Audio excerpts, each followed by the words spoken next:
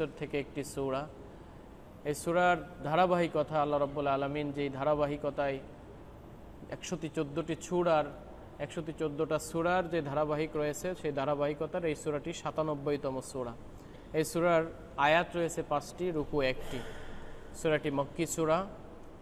আল্লাহ রাব্বুল আলামিন এই সূরাটি নাজিল করার একটা প্রেক্ষাপটের আলোকে আল্লাহ রাব্বুল আলামিন এই সূরাটা অবতীর্ণ করেছিলেন। রাসূল করিম সাল্লাল্লাহু আলাইহি ওয়াসাল্লাম সাহাবী আজমাইনদেরকে নিয়ে মজমায় ছিলেন, বিভিন্ন বিষয়ে আলোচনা করছিলেন। বনি ইসরাইলের, বিশেষ করে বনি ইসরাইলের বিভিন্ন ঘটনা সম্পর্কে সাহাবী আজমাইনদেরকে আলোকপাত করছিলেন। ইত্যবসরে এক বনি ইসরাইলের ব্যাপারে আল্লাহ রসুল সাল্লাল্লাহু আলাইহি ওয়াসাল্লাম বললেন যে বনি ইসরাইলের একজন আবেদ ছিল যে 1000 মাস পর্যন্ত সে যুদ্ধের ময়দানে যুদ্ধ করেছে এবং 1000 মাস পর্যন্ত সে যুদ্ধ করার সাথে সাথে নফল ইবাদতে, অর্থাৎ রাত্রে সে ইবাদতে লিপ্ত থাকতো এবং দিনের বেলায় সে এরকমভাবে যুদ্ধের ময়দানে তলোয়ার হাতে যুদ্ধ করত। এই ঘটনা শুনে সাহাবীদের মধ্য থেকে এক সাহাবী আফসোস করলো, ইয়া রাসূলুল্লাহ, তারা কতই না উত্তম যে 1000 মাস পর্যন্ত তারা যুদ্ধ করেছে এবং নফল ইবাদত করেছে, কিন্তু আমরা তো সেই পরিমাণ হায়াতই পাবো না।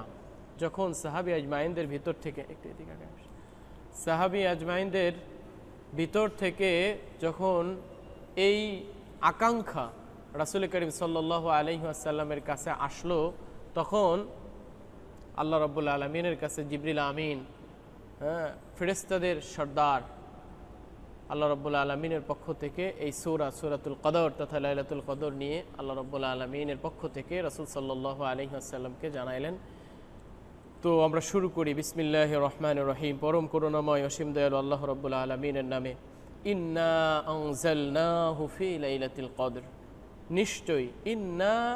নিশ্চয়ই আমি আনজালনাহু ইহাকে অবতীর্ণ করেছি ফি লাইলাতুল কদর, লাইলাতুল কদরের রজনীতে। শবে কদর নামে আমরা যেটা চিনি, এই শবে কদরের রজনীতে আল্লাহ রাব্বুল আলামিন ইহাকে অবতীর্ণ করেছেন।